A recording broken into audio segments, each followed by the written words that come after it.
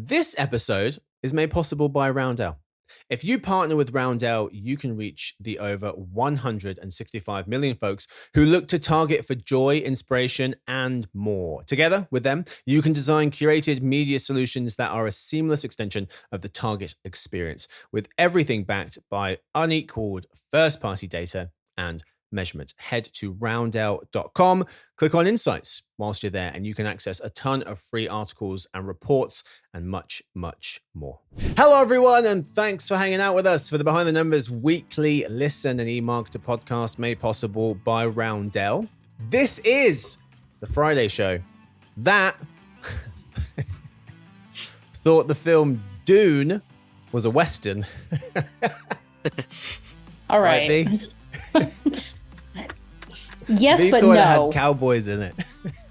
I thought they rode the worm like a cowboy rides a horse. I was not aware of all the specifics around the worm, and I think my version is better. It would have been a better film. It would have been, because Dune was rubbish. There. Kind of boring. Don't start a fight in the comments Oscar now. too. I Okay. agree. All right. Paul, Like watching worms in your garden. Rahul. I think I made it 10 minutes in and gave up. There we go. Ooh. Yes, consensus. We got a consensus. That never happens. We're the only Awesome. people. Everyone else loved it. I'm your host, Marcus Johnson. In today's show, what happens when AI eats the world? How much do people watch YouTube on TV? United Airlines to show personalized ads on its planes' seatback screens. What's the best thing that smart home robots could possibly do for us? And I have some remote work stats.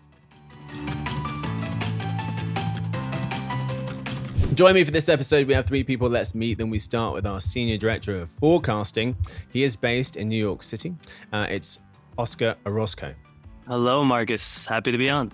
Hey fella, thank you for being here. We travel a little further north, just outside of the city. You might run into our Vice President of Content for Advertising, Media and Tech. It's, of course, Paul Verna. If you do see me, say hi, please. Steer clear. And if you keep going a few hours further than that, you might have the pleasure of hanging out with our Director of Reports Editing. It's Rahul Chadha. Hey, Marcus, thanks for having me.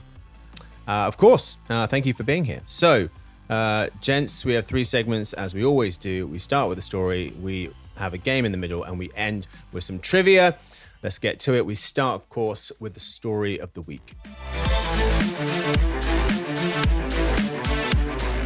What happens when AI eats the world? The hell are we talking about? Well, Charlie Warzel of The Atlantic just wrote that this spring, tech companies made it clear that AI will be a defining feature of online life, whether we want it or not. What's he talking about? Well, a few examples of how AI seems to be taking over the world. Meta surprised users with an AI chatbot that lives in the search bar on Instagram and Facebook. So that's there now.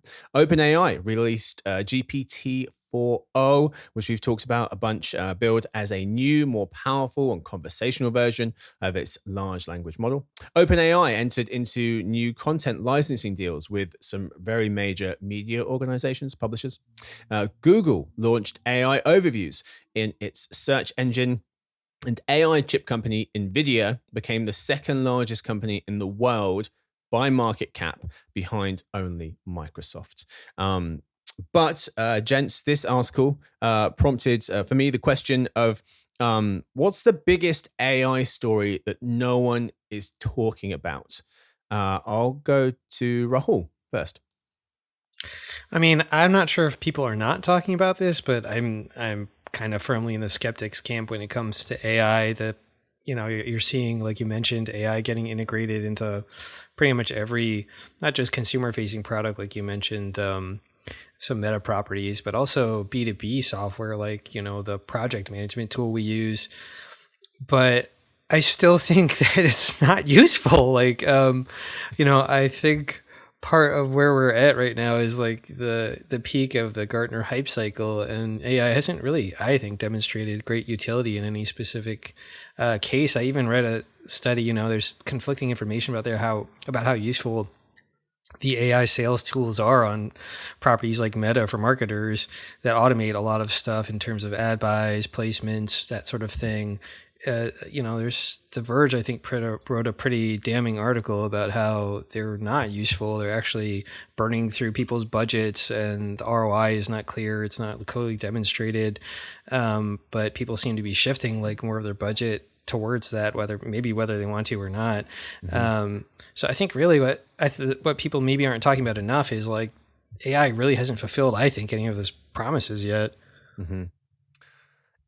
Yeah, my thing was going to be, which I think relates to what you're saying, Rahul, is it doesn't seem like it's really solved a problem quite yet, and it doesn't seem like it works as well as is promised. And Mr. Warzel in this piece was pointing out that it almost feels like companies are falling over themselves to release AI anything. Obvious example here is Google's rush to launch AI overviews. There's been some backlash to that.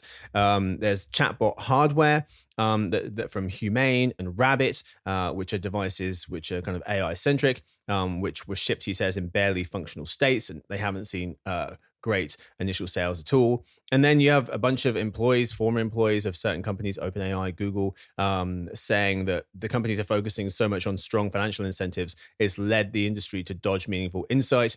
And so it does seem a bit like things are being rushed. And I wonder how much of a lasting effect that has on AI and it needing to have or make a good first impression, because a lot of people are still skeptical, and it does feel a bit, as he says in the piece, kind of like the space is assembling the plane kind of midair. So yeah, I'm with you on your point, Oscar. What kind of jumped out to you when you think of the biggest AI story that maybe is flying under the radar a bit? Yeah, to your guys' point, I mean, it's total chaos right now and very wasteful. I mean, just I wonder how many billions of dollars are being thrown into an AI bubble that will be absolutely lost, and some of them will fizzle out this quickly. But it's here. And I think no one can deny that, or at this point, at this stage. For me, I was thinking, reading through, and really a shout out to the digital health briefings analysts here at eMarketer who do a great job of covering this. But in AI in the healthcare industry, I don't think it's talked about enough. But quietly, I feel like it could be the industry that will have the biggest impact. So I'm thinking of things like AI helping to scan radiology imaging, or being used to analyze, echocardiograms, mammograms, things like this. To help screen for cancer and neurological disorders. We're not hearing a lot of this yet, but I can see how in the very near future, it'll have a huge impact on healthcare and medicine and things like this. And if you think about it, I would say the environment is best suited, right? The healthcare environment where there's a lot of trial and error and R&D. It's more commonplace, and there's less pressure perhaps to monetize. I think it could be in the hands of really smart individuals that will help implement the technology into their processes. So to me, it's healthcare and industry, which is, a little bit less visible, I would say, in our day-to-day here. And so some of that stuff is going to be on the back end. It's going to be folks who are more familiar with the technology, using technology. But, to that point, I do wonder, because a lot of people aren't going to be able to distinguish between AI used over here and AI used over here. And so if your impression, if your experience using AI is a bad one, when you see those two letters show up in other parts of your life, you might be more hesitant to engage potentially. Very true. More skeptical. Yeah. Yes. I agree with that. I could see that being the case. Paul? I agree with Oscar. I think most of the focus around AI has been, at least in our world, around marketing and content and analytics. But I think the real positive use cases are going to be more in the realm of science, in the realm of interpreting climate data, and yes, certainly healthcare.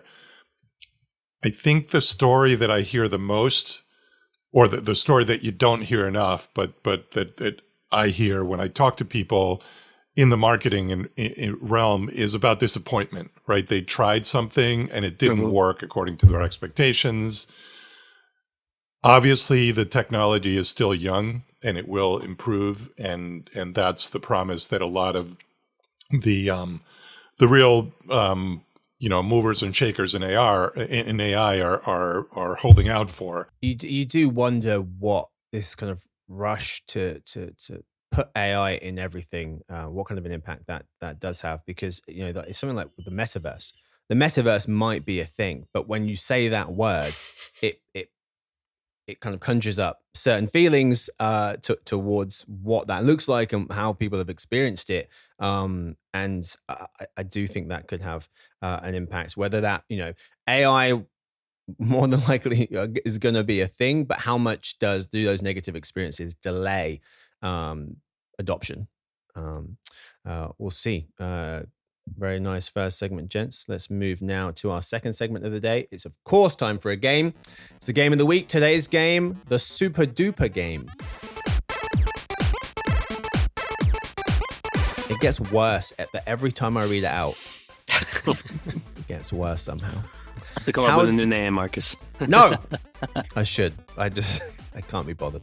How does it work? 3 rounds today. We have Fortune Teller.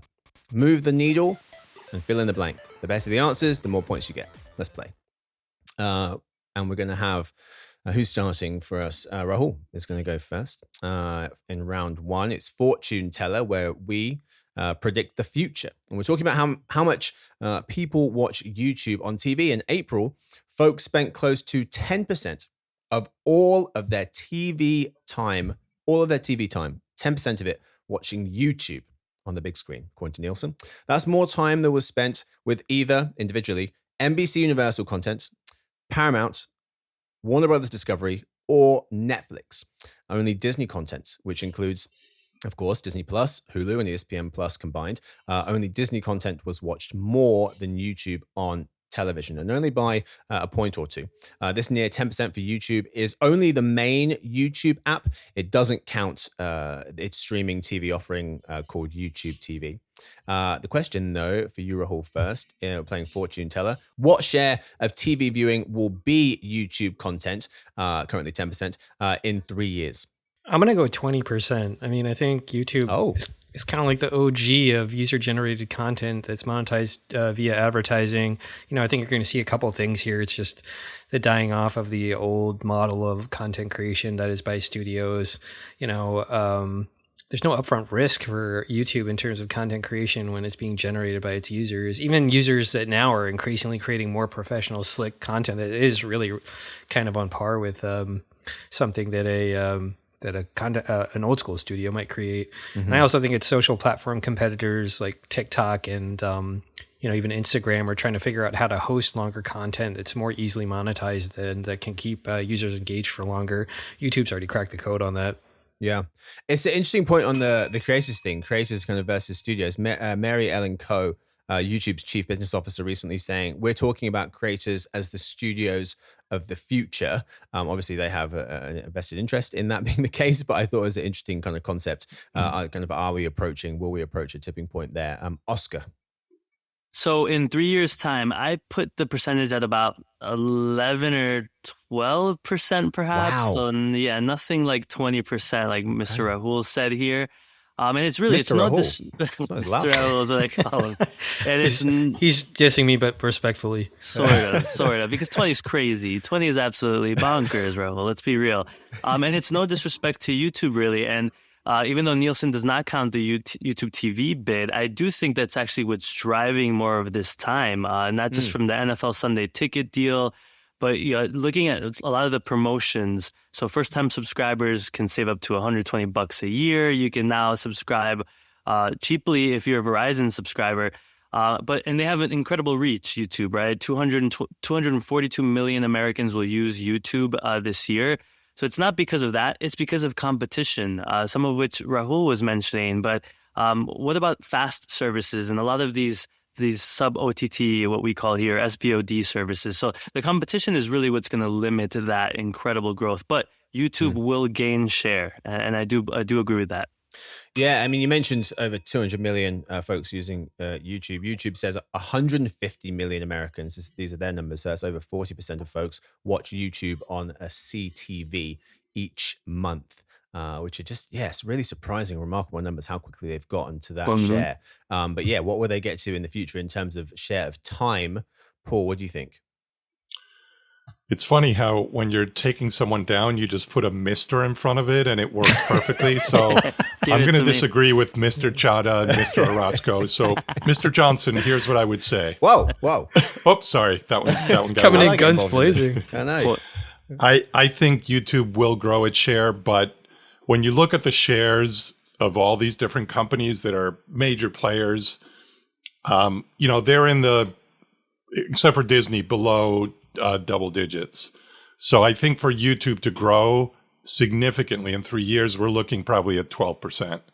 Hey. And I also agree that other channels like, the fast channels and TikTok are going to grow. And also incumbents are going to figure out ways to basically try to tap into the creator economy more and more.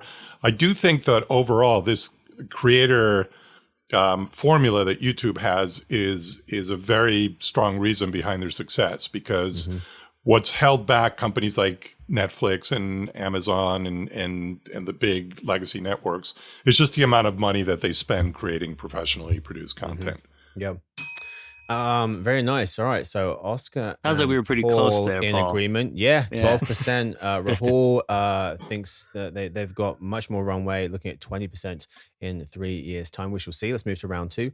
We start with Oscar. We're playing Move the Needle, where folks tell me how much this story will move the needle out of 10. The story being United Airlines now showing personalized ads on its plane's seat back screens. That's a story from Patience Hagan of the Wall Street Journal. She explains that the display ads United passengers see when they swipe through movies and TV shows, and the 30-second video ad they watch before the entertainment starts will now be personalized based on the data United has on its customers. For example, the cities they live in, the places they travel to, their age group, and whether they are flying economy or first class. Customers can opt out of having their data used for personalized ads. Question, though, we're playing Move the Needle, is how impactful will these personalized in-flight ads be out of 10, Oscar? Well, I love me some personalized ads, I must say. But I am being a bit non-committal here. I'm going to give it a 5. It's kind of in the middle. No surprises here, especially here at eMarketer. We're covering this frequently, the next wave of retail media, commerce media. But what was holding me back from being more excited was thinking a bit about when they're targeting these consumers, right? So usually ads are more impactful if people are in the midst of shopping or seeking inspiration or browsing for products or services. I can't imagine a worse time than when a passenger is sitting on the tarmac, anxious about their connections or worried about the takeoff. Buy the stuff. Yeah. Just trying to get somewhere. It's just not a great time. Plus, you're supposed to have your devices off, right? So it's not the best time to reach people. I also would add one thing. I wonder how long it'll take before they upcharge, like their extras. Right now they're charged for seat assignments and luggage and snacks and Wi-Fi. Are they going to start allowing people opt out of ads? $8.99. No ads for you. Just an interesting story, but I'll give it a 5. Yeah, interesting points. Paul? I'll give it a 6. I think that really there's no clearer use case or definition of a captive audience than sitting in a seat strapped in for 12 hours. And now people are so afraid to even unbuckle because of turbulence that you've literally got these people by the seatbelt, let's say. The only thing that's keeping this from being like a real game changer is one, regulation, right? Privacy, sensitivity. The other thing is that, to Oscar's point, I think the potential exists to make this a shoppable experience, but the holdback there is that Wi-Fi on planes, even when they have it, it's awful. It never, ever works. So if you can envision like a real Wi-Fi connection that allows you to log into, your social media or to basically be able to, to shop online on a plane, I think people would do that because they're bored out of their skulls for 10 hours on this plane. True. Rahul? Yeah, I think my colleagues have raised some valid points about how do you solve the problem for measurement, maybe due to issues like poor Wi-Fi connections. You've got your device turned off. I don't know. When I read this, I was like, who's advertising on like airplanes? Is it mostly like brand marketers? Because at that point, I think if you're a brand marketer, which I actually like went into a wormhole trying to figure out like how much scale can you actually achieve trying to, buy ads targeting just any United flyer. I didn't really find a satisfying answer, but the question of scale becomes one question, but I think that then also when you're a brand advertiser, it's like how much utility does targeting actually have? I don't know. Yeah. They said, I think the piece said in terms of total passengers, it was like 150, 160 million, but that's a year.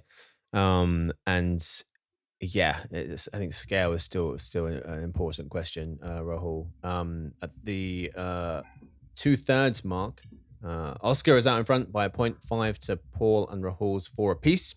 And we end the game today with the final round, which is round 3, and it's fill in the blank, where folks have to do just that.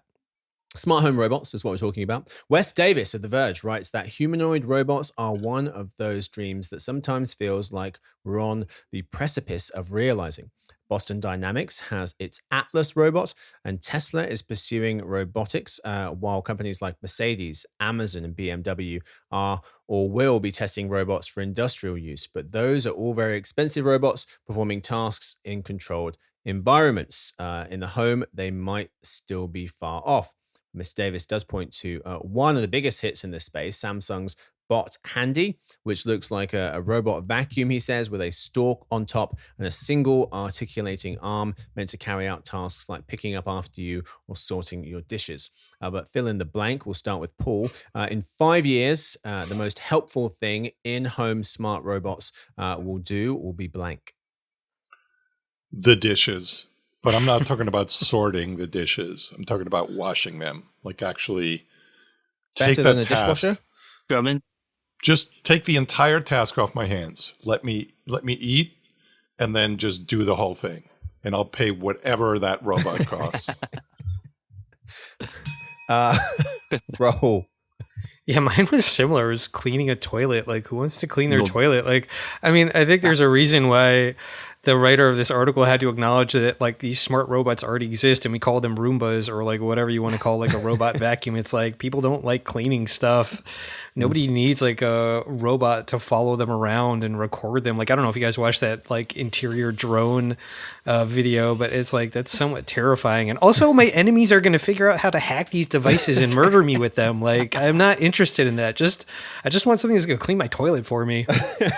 By enemies, do you mean Oscar? I mean, the people on this call, exactly. Can't wait I mean, for that Mr. big line. Orozco. Mr. That's Orozco. right. It does sound evil. Yeah, I know. There ever was a villain's name. Shouldn't have said that. Mr. Orozco, you're up. Yeah, for me, very similar to my colleagues here. That to quote the article, one task in a controlled environment. I had a couple ideas. I was laughing at the one robot that can walk your dog and then pick up after the dog and bring it home safely, but just picturing how that could go wrong as well. So yeah, it's just some sort of mundane task in the household, perhaps the dog idea outside the household or in the yard. But that's all I can see really. Not just in 5 years, but 20 years. I gotta be honest. Yeah. Whoa. Very pessimistic on it. All right. That's a no for smart home robots. Let's count the scores, gents, at the end of the game. And this week's winner, a drum roll. I don't know if we still put the drum roll in, but maybe I'll tap the table just in case we don't. Oscar is this week's winner. 6 points. Paul, 5. Rahul, also 5. Close You did game. well, Oscar. Thank you very But much. I also, Stuart, who runs the team, told me to stop letting Paul win. So that's part of the reason that you're winning today. Look, as long as I beat Rahul, I've been trying to get on the same show with him for months. I'm happy. To separate I'm you two. happy. Nemesis. You get the championship belt and, of course, the last word. The Euro Cup, I'm so excited. It's starting today. We also have the Copa America in about 10 days. Tons of soccer, football on TV through the month of July. So excited for it. So, tune in. I know the Euro Cup games will be on Fox and FS1 Fubo TV for you streamers. I'm not quite as sure on Copa America. Maybe you know, Paul, but I'm very excited for it. England actually has a chance because Argentina can't participate in this one. That could be it. Copa America starts June 20th and carried on Fox Sports and I believe Univision in the US. Very nice. Very nice. Get your England jerseys out, folks. Don't bother. We're going to lose. All right, folks. Very nice. Good game. Let's move to the last segment we have for you. It's, of course, dinner party data. This is the part of the show where we tell you about the most interesting thing we've learned this week. We start with Oscar because he won the game. Excellent. Excellent. Well, I was wondering, are any of you guys looking for a new lucrative opportunity to help supplement your wages, guys? Anybody? Because I came across a Wall Street Journal article.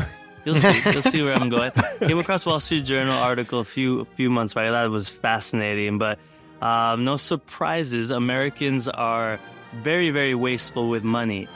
But literally, I'm talking about literally. So according to Reworld, a company that fishes coins out of garbage for profit, apparently about $68 million worth of change gets thrown out per year. That's a lot of money. So the company itself collects about 10 million in discarded coins. Usually only about 6 million are in good shape to be used.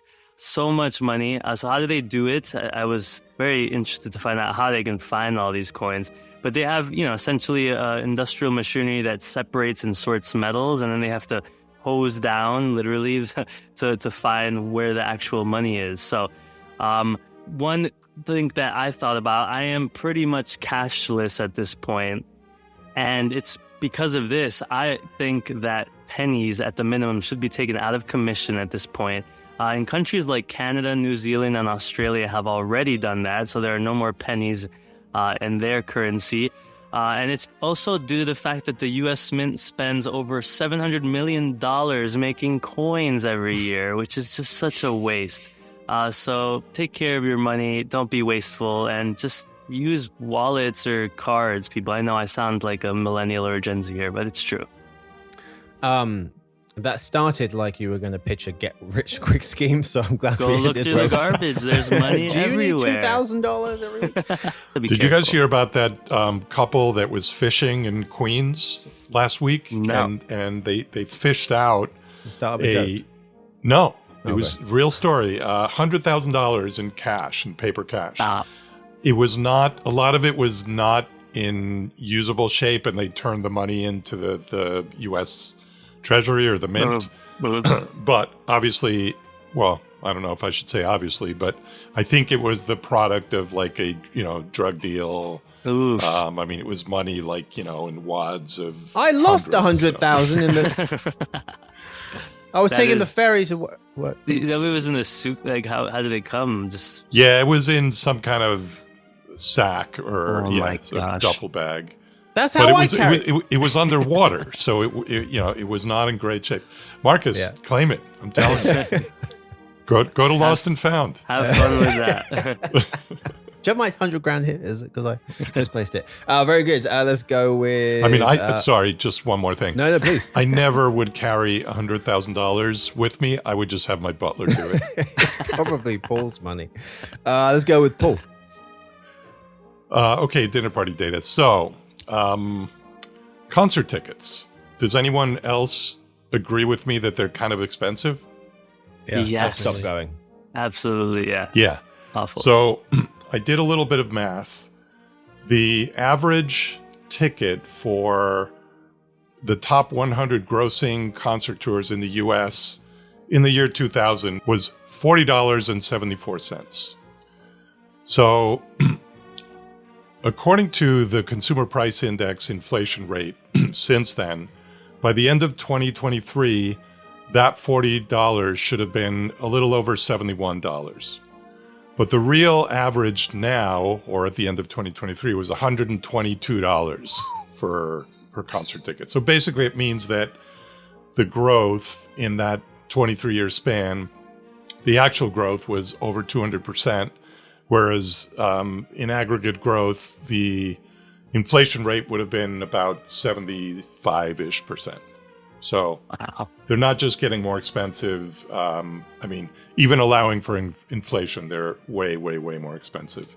And there are a lot of reasons for that. As you may have seen or heard, the Justice Department is suing Ticketmaster, which owns Live Nation. So basically they own concert promoters, venues, they manage artists, they process tickets. So pretty much a monopolistic enterprise, according to the Justice Department. Mm-hmm. So that's one of the factors, but it's not the only one. Mm-hmm. It is a luxury. Yeah. I mean, it's just cost prohibitive at this point. So and if you do like to go see concerts, you've probably blown your annual budget on Taylor Swift. Or I was going to say, how much did Taylor Swift skew that average? Because I imagine her and Beyonce probably have pretty expensive tickets. Yep.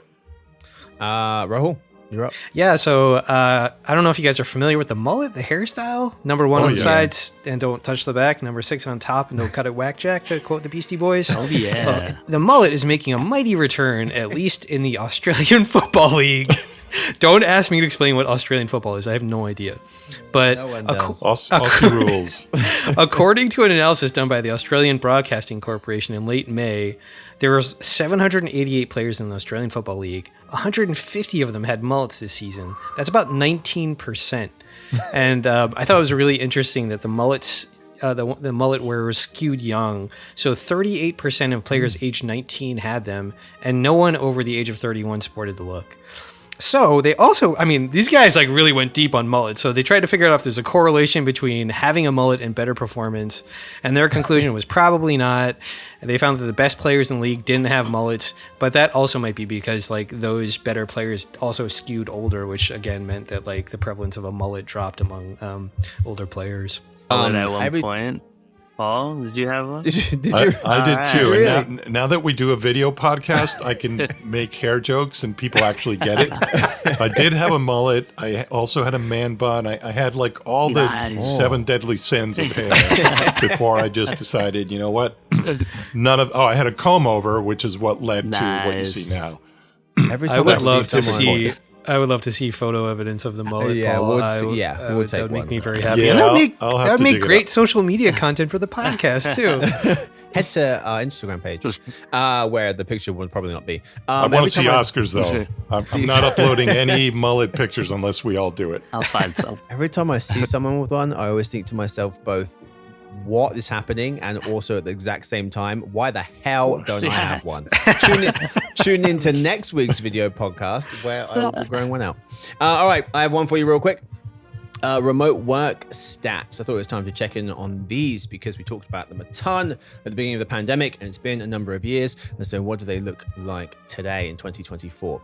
We'll start with this kind of top line number. 14% of employed adults work from home all the time. So 14% of all employed adults work from home all the time, according to Pew Research Center. Of those with a teleworkable job, most, 41%, are hybrid, 35% are fully remote. So there's some top line numbers. But let's dig into some numbers from USA Today. In one poll, they surveyed 1,000 American white collar workers. There's a few numbers here for you. Number 1, work from home by state varies significantly. Colorado, where our colleague Zach is, has the highest share of remote workers with 21% working from home at least some of the time. Mississippi has the lowest proportion of remote workers at just over 5%. So from 21 at the top end to 5. Number 2, ideal number of in-office days. 84% of workers said they wouldn't consider a job that offered 0 days of remote work. And then 17% said the ideal number of days spent in the office per week was 5. Double that, 36% said 0 was the ideal number. But 74% said 3 or fewer. 3 days spent in the office or fewer. That was the majority, 74%. A few more for you here. Number 3, the top benefits of remote working were better work-life balance, saving time on the commute still, and more comfortable working space. I thought that was an interesting one. Top drawbacks of remote working were feeling isolated from your team So team specifically, not necessarily company or colleagues, but team. Fewer opportunities to learn from others, and difficulty unplugging from work when working from home. And lastly, the top activities attracting workers to the office were 32% of people saying teamwork, that was first. Then in second, 27% saying socializing. And then in a very distant third was managing and mentoring with 9%. So all the other options had less. So than free coffee didn't show up there? Not even a little bit. We did poll Oscar. That was number one for me. And he said, Oscar said his number one reason for coming into the office used to be spending time with Marcus, which seemed a bit much. But it's true. All right, that's what we've got time for today's episode before Oscar can reply. Thank you so much to my guests. Thank you to that very gentleman, Mr. Orozco. Thank you for having me, Marcus. I wanted to say something about Colorado, but forget it. No time. No, go on. No. I was going to say, why? If it was Colorado? A shot at Zach, it's welcome. Yeah, but what is it with Colorado and, the work from home? Because they're all skiing and doing little work. They decriminalized marijuana before everyone else. That also helps. Thank you so much to Rahul. Thank you so much for having me. Thank you to Paul. It's Mr. Verna to you, Mr. Johnson. Thank you, guys. Always a pleasure. And thank you so much to our whole crew. Thank you to Victoria, who edits the show, Stuart, who runs the team, Sophie, who does our social media, Lance, who runs our video podcast, Danny and John, who often help out with this show. And thanks to everyone for listening. And of course, we hope to see you on Monday, though, for the Behind the Numbers Daily. It's an eMarketer podcast made possible by Roundel, happiest of weekends.